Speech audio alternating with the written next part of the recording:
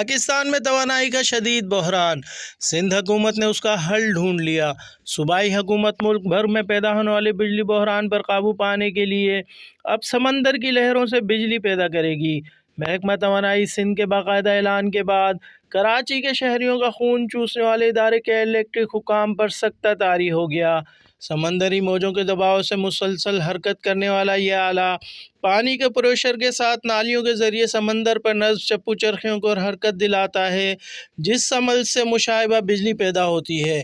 کراچی کے شہریوں کو سمندری موجوں سے پیدا کی جانے والی یہ بجلی ونڈ ٹربائنز اور بجلی پیدا کرنے والے دیگر ذرائع سے کہیں زیادہ سستی ملے گی۔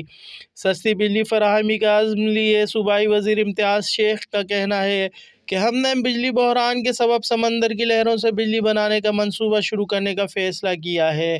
انہوں نے کہا کہ کوئلے، ہوا اور شمسی توانائی سے بجلی پیدا کرنے کے بعد ہم بہت جلد سمندر کی لہروں سے بجلی پیدا کرنے کے منصوبے پر کام شروع کر رہے ہیں۔ محکمہ توانائی کے وزیر امتیاز شیخ نے بتایا کہ سندھ حکومت کے پاس ملک میں توانائی ضروریات کو پورا کرنے کے لیے اس کا حل بھی موجود ہے۔